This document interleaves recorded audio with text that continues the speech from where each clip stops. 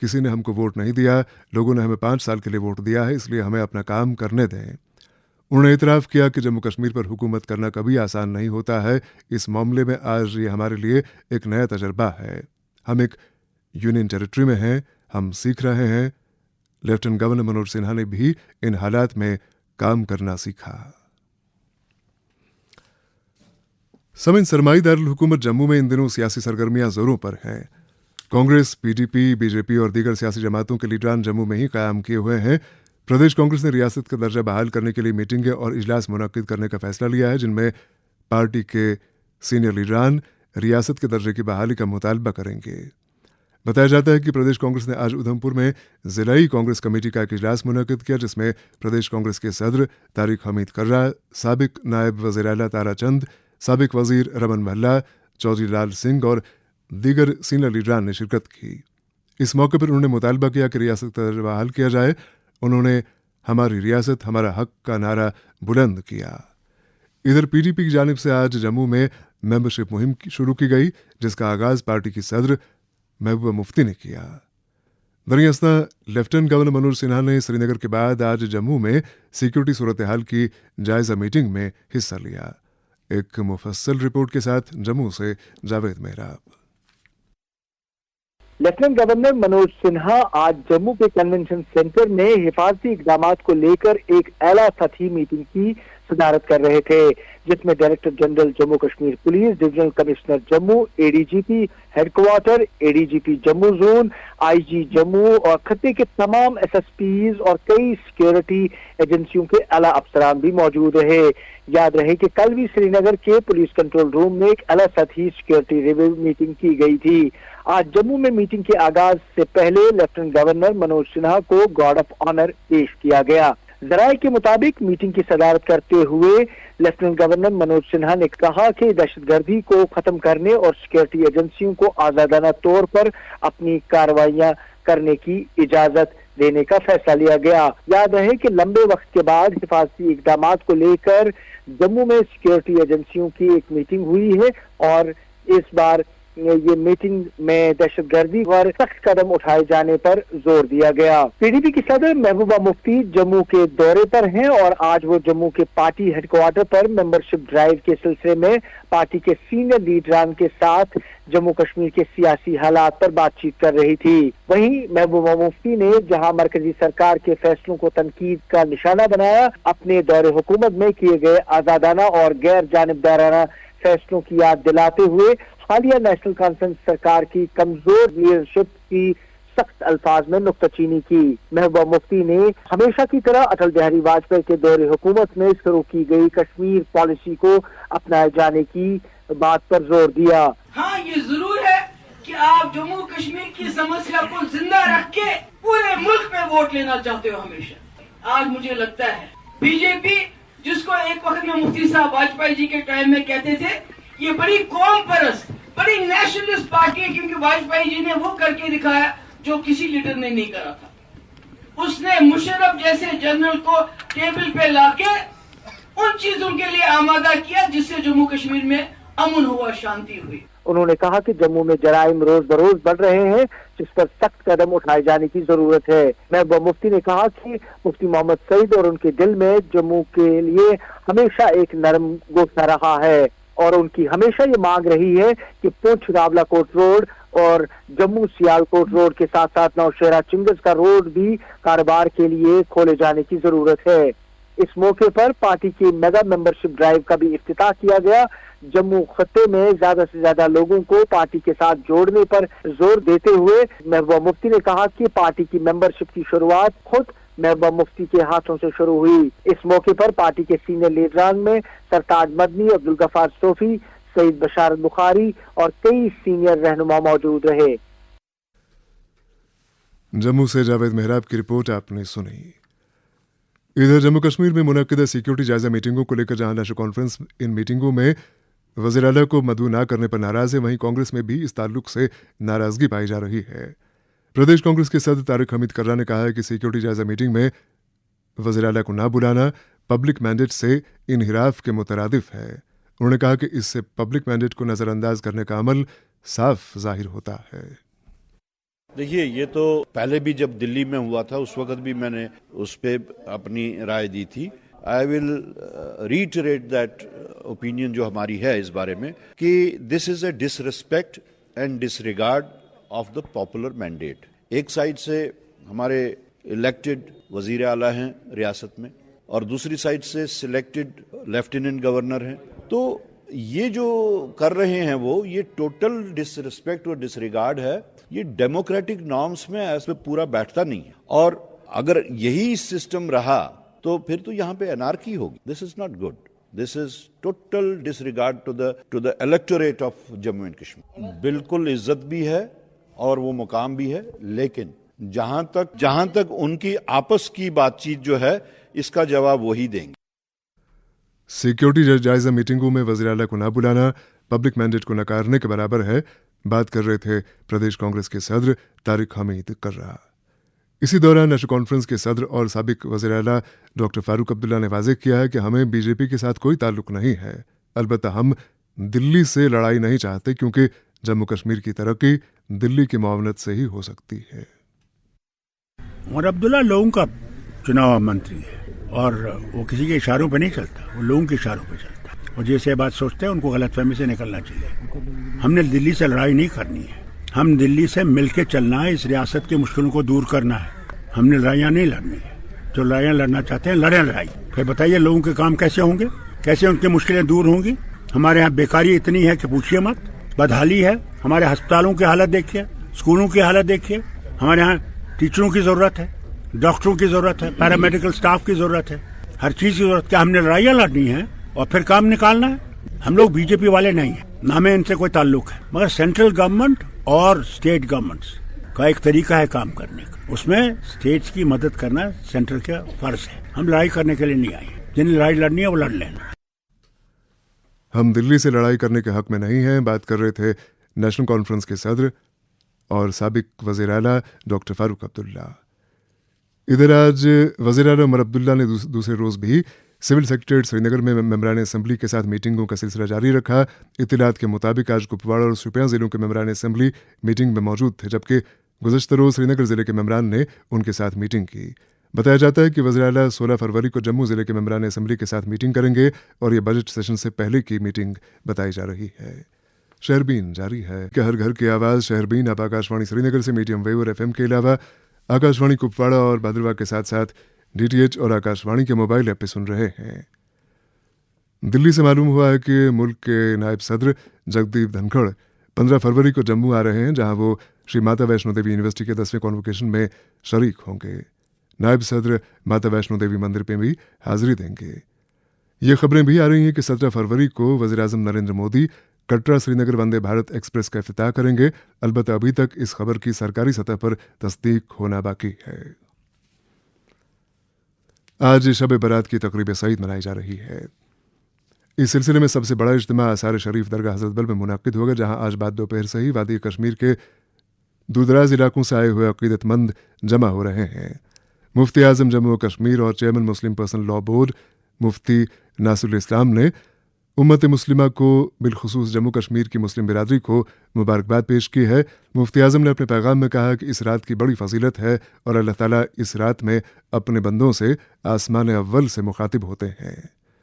پی D پی کے صدر محبوبہ مفتی, جموں کشمیر اپنی پارٹی کے صدر Ghulam Hassan Mir, P D P leader Altaf Ahmad Malik, Haqqani memorial trust کے سرپرست اعلیٰ سید حمید اللہ حقانی اور جنرل سیکرٹری بشیر احمد ڈار, جموں کشمیر محکمہ سیریکلچر کے ڈائریکٹر اعجاز احمد بٹ اور دیگر کئی شخصیات نے شب برات پر عوام کو مبارکباد دی ہے. اطلاعات کے مطابق خانقاہ مولا سری نگر میں نماز عشاء 10:30 بجے ادا کی جائے گی. نماز عشاء سے قبل وہاں جمعیت احمدانیہ کے سربراہ مولانا ریاض احمد حمدانی شب برات کی فضیلت پر روشنی ڈالیں گے. ادھر زیارت شریف سونوار سری نگر میں نماز عشاء رات کے 10 بجے ادا کی جائے گی. کشتواڑ سے مشتاق دیو نے اطلاع دی ہے کہ شب برات کی مقدس تقریب کے سلسلے میں مرکزی جامع مسجد کشتواڑ کے علاوہ دیگر مساجد اور خانقاہوں میں تبلیغ و درود کی مجالس کا اہتمام کیا جا رہا ہے جن میں بڑی تعداد میں زائرین شریک ہو رہے ہیں. اسی دوران کشتواڑ میں حضرت شاہ محمد اخیار الدین بغدادی رحمۃ اللہ علیہ کا سالانہ عرس 18 فروری کو منایا جا رہا ہے.